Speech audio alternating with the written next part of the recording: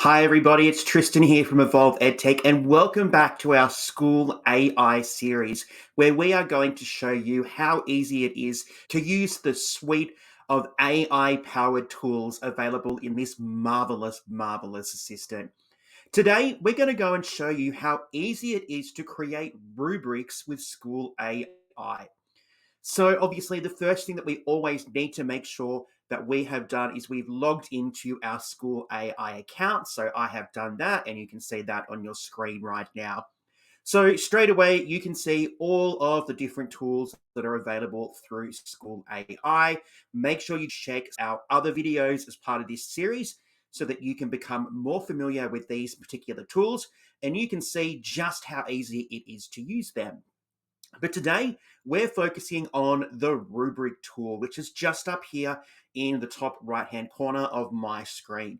So we are going to generate a rubric for an assignment, for some form of assessment. It might be a large assessment, it might be a small assessment, but we're going to go and have a play around and see how easy it is to create a rubric, saving you a truckload of time and making your life as a teacher so much more efficient. So just like normal, we are going to click here on the generate button and it is going to open up the assistant where we are going to put in the information that the AI will need in order to generate a response. So the first thing here is we are going to select our grade. So we might go year 6 today. We're going to pop in our assessment title. So maybe we're going to call this one Components of the Solar System. All right, then we're going to pop in our assignment details. So what is the actual task that the students are going to be completing? So we might say here that research the solar system and present a presentation on their findings.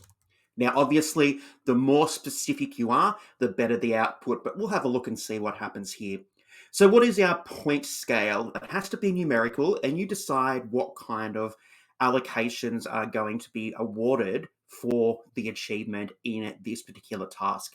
So here in Australia, we like to use the A to E grading system. So if we pop that into numerical figures, we're going to go from 1 to 5. So I'm going to pop 5 in just here.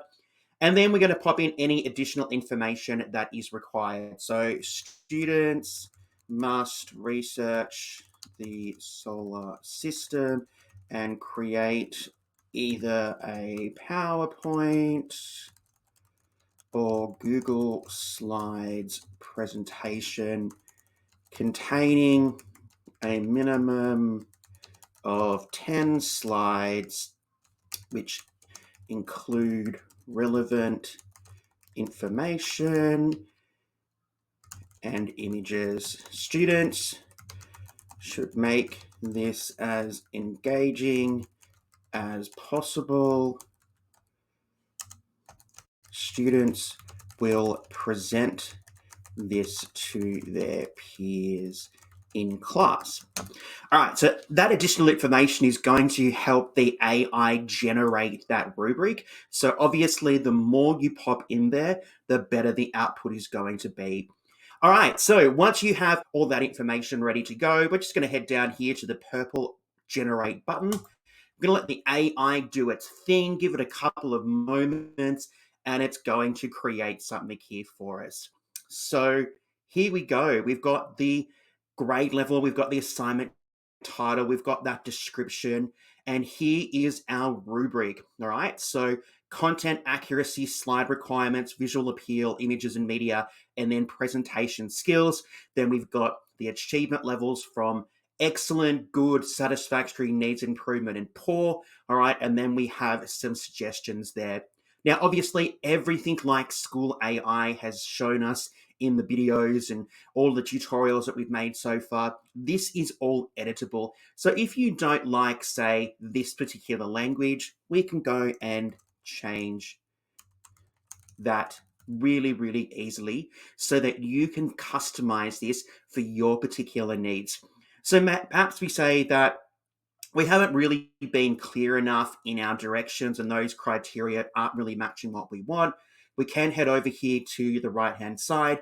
We can edit the prompt here, all right, so that we can hopefully get something that is more representative of what we are looking for. But how quick and easy was that to get you started with creating a rubric that you can use with your students? All right, so that is one example of how you could create a rubric using the rubrics feature in School AI. Now, I did go and do a little bit of practice earlier just to kind of show you what you can do.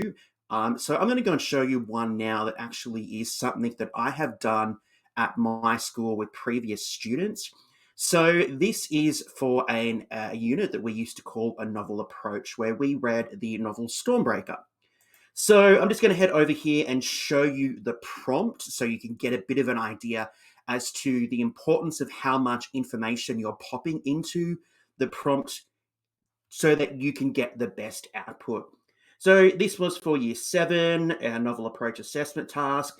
In this particular task, the students were required to write the next chapter of Stormbreaker. So wherever they had finished reading at a particular point in class was the point where the next chapter was going to begin. So they had to really think about what had happened, the characters, the plot development, and where they might take their next chapter. So it was a fantastic task. It was so good. All right, point scale is 5. And then down here, I have actually gone to the assessment task and just copied all of the information from that task and popped it in here. So obviously, by making and adding as much information to this additional information section, it's going to make the output of your rubric so much better. So just remember that if you just want to do it really simply and quickly, the output may not be quite what you're looking for. But if you take the time, you probably are going to get something that is pretty close to what you're looking for.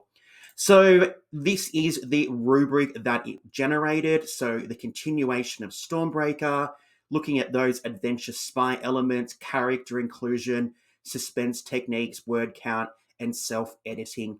Now, there's probably a few too many criteria just there than what I would be looking for myself normally, but it gives you a starting point. And you can see here that the criteria is really detailed. And the reason why it's detailed is because in that additional information section, we put in a lot of content, a lot of information, so the AI was able to generate something. All right. How cool is that? So simple to create a rubric that could be a starting point for you to edit and work on at another time or with your colleagues. But it's going to save you a truckload of time because you're not sitting there going, I don't know what to put into my rubric. You already have something that's started for you. All right. So AI and School AI is so powerful in helping us get over those procrastinational moments where we're just like, nah, we won't do it, or we're just so tired and defeated.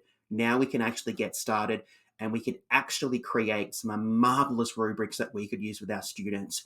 Again, we have all of our options here for editing. All right, we can do all that. We have our AI tools here, so we can also change it if we're not quite happy with it. We have our same sharing and exporting options, which I've shown you in previous videos. All right, so let's go and have a look at one more, which is this drama assessment task rubric here. So I am an English teacher, so all of these examples are sometimes really based on my particular teaching speciality and area. So I do apologize that if you're a maths teacher or a science teacher or you teach some other subjects, you're at primary school or something like that, I do apologize if it looks like I'm just focusing on English. That's what I know the best. All right, so here we have a drama assessment task. This is for year 9. Okay, you are to write a 6-paragraph essay exploring how things are used in Simon Armitage's poetry to convey meaning to the reader. So that is the actual assessment that the students were required to complete. Again, down here, we have popped in a little bit more of additional information here. All right, so your essay must include an introduction, 4 body paragraphs, and a conclusion. You must discuss 2 different types of Armitage's poems and you must write 2 paragraphs. So we were a little bit more specific with what was required here. We haven't put in a whole heap of additional information, but we probably popped in enough there that the AI is going to be able to create something for us. So here is the rubric output. It is very basic. All right, it might need a little bit of tweaking, especially when it comes to the information included for each one of these different points here. So you could say perhaps that needs to be a little bit more sophisticated. We need to be a little bit more explicit in terms of what we're looking for in this particular criteria so that the students are really aware of what they need to demonstrate in order to achieve 5 points or 4 points, etc. So there we go. We still have a simple starting point. We have a foundation. We've got that foundation for the house. We've started to put up the frames. Now it's our turn to go in there and really focus on what we're going to do with the interior. What are we going to do with the colors? What are we going to do with the furnishings? And that is the input that we can change and adjust so that this meets the particular needs that we're looking for. But SchoolAI is a starting point. It's going to allow you to get something that you can use to start the process. No more excuses. SchoolAI and the rubric builder is going to save you a truckload of time. It's going to make your life so much easier.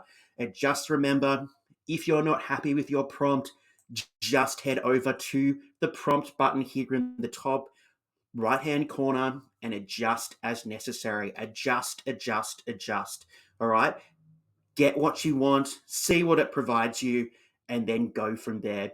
But the rubric builder in SchoolAI, a time saver that is going to be one of your best friends as a teacher moving forward.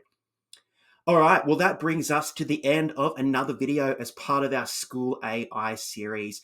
Thank you so much for joining us. Don't forget, if you haven't done so, to like and subscribe to the Evolve EdTech YouTube channel.